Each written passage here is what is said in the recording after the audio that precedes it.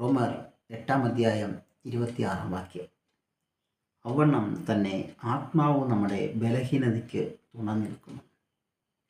ബലഹീനത എന്നെക്കൊണ്ട് ചെയ്യാൻ പറ്റത്തില്ല, ഞാൻ വീക്കാ എന്ന് സമ്മതിക്കുന്ന ആ സാഹചര്യമാണ് ബലഹീനത.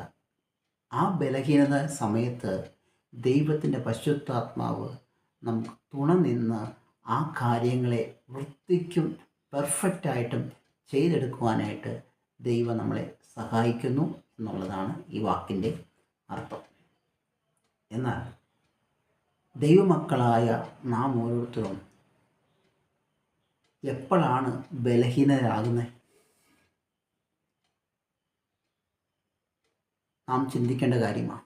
കാരണം യഥാർത്ഥമായ യേശുവിനെ സ്വന്തം രക്ഷിതാവായിട്ട് സ്വീകരിച്ച് ദൈവത്തിൻ്റെ പൈതങ്ങളായി ജീവിക്കുന്ന ഓരോരുത്തരും കർത്താവിന് മുമ്പിൽ എല്ലാ ദിവസവും സമ്മതിച്ചു കൊടുക്കേണ്ട കാര്യമാണ് ഞാൻ ബലഹീനതമായ പാത്രമെന്ന്. അപ്പോൾ അതിൻ്റെ അർത്ഥം ദൈവമക്കളായ എല്ലാവരും എപ്പോഴും ബലഹീനതരാണ് പാത്രമാണ്. അവർ പെർഫെക്റ്റ് അല്ല. ഞാൻ പെർഫെക്റ്റാ എന്ന് ചിന്തിക്കുന്നത് സാത്താനാണ്. അങ്ങനെ ചിന്തിച്ചത് കൊണ്ടാണ് ലൂസിഫർ സാത്താനായിട്ട് മാറിയത്. അപ്പോൾ ഈ ഒരു ചിന്ത നമ്മളിലുണ്ടെങ്കിൽ നാം ഒരു ദൈവത്തിൻ്റെ പൈതങ്ങളല്ല.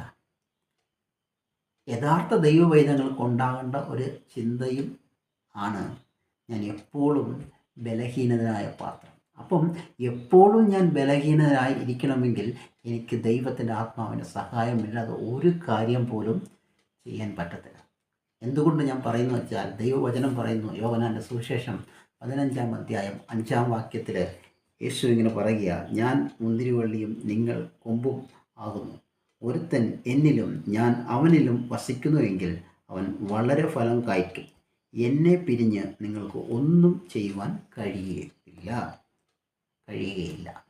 അതിനർത്ഥമല്ല, യേശുവിനെ പിരിഞ്ഞ് ദൈവത്തിൻ്റെ ആത്മാവിനെ പിരിഞ്ഞ് യഥാർത്ഥ ദൈവമക്കൾക്ക് ഒന്നും ചെയ്യാൻ കഴിയത്തില്ല. അപ്പം അങ്ങനെയാണെങ്കിൽ ഞാൻ 24 അവേഴ്സും 365 ദിവസവും ബലഹീനതയായ പാത്രമാണ്. ആ ബലഹീനതയ്ക്കാണ് ദൈവത്തിൻ്റെ പരിശുദ്ധാത്മാവ് തുണ നിന്ന് എന്നെ കാര്യങ്ങൾ ചെയ്യിപ്പിക്കുന്നത്. എന്ന് വെച്ചാൽ എനിക്ക് ചെയ്യാൻ പറ്റുമായിരിക്കും, പക്ഷെ അതിൻ്റെ പെർഫെക്റ്റിലേക്ക് വരാൻ പറ്റത്തില്ല.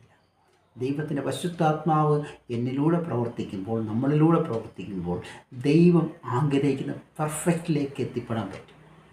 അപ്പം അതിന് ഞാൻ ഒരു ബലഹീനമായ പാത്രമെന്ന് പൂർണ്ണമായി നമ്മളെ സമർപ്പിക്കുമ്പോഴാണ് കർത്താവിൻ്റെ ആത്മാവ് നമുക്ക് തുണ നിന്ന് കാര്യങ്ങൾ ചെയ്യിപ്പിച്ച് ദൈവമഹത്വത്തിനായിട്ട് നമ്മളെ എടുത്തു ഉപയോഗിക്കാൻ പറ്റത്തുള്ളൂ. ഓർത്തോണം, നമ്മൾ എപ്പോഴും ബലഹീനമായ പാത്രമാണ്. അങ്ങനെയുള്ള ചിന്ത ഉള്ളവർക്ക് മാത്രമേ ദൈവത്തിൻ്റെ ആത്മാവിനെ കൊണ്ട് കാര്യമുള്ളൂ. അങ്ങനെയുള്ള ചിന്ത ഉള്ളവർക്ക് മാത്രമേ ദൈവം നമ്മളെ സഹായിക്കാനായിട്ടും കടന്നു വരത്തുള്ളൂ. അതുകൊണ്ട് ഈ ഒരു ചിന്ത നമ്മളെ ഭരിക്കട്ടെ. 24 മണിക്കൂറും 365 ദിവസവും എൻ്റെ ജീവിതകാലത്തിൽ ഞാൻ ബലഹീനനായ പാത്രമാണ്.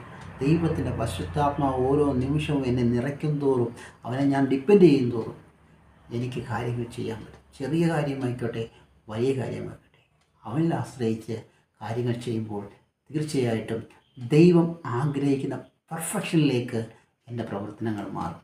അതിനായിട്ട് ദൈവം നമ്മളെ സഹായിക്കട്ടെ.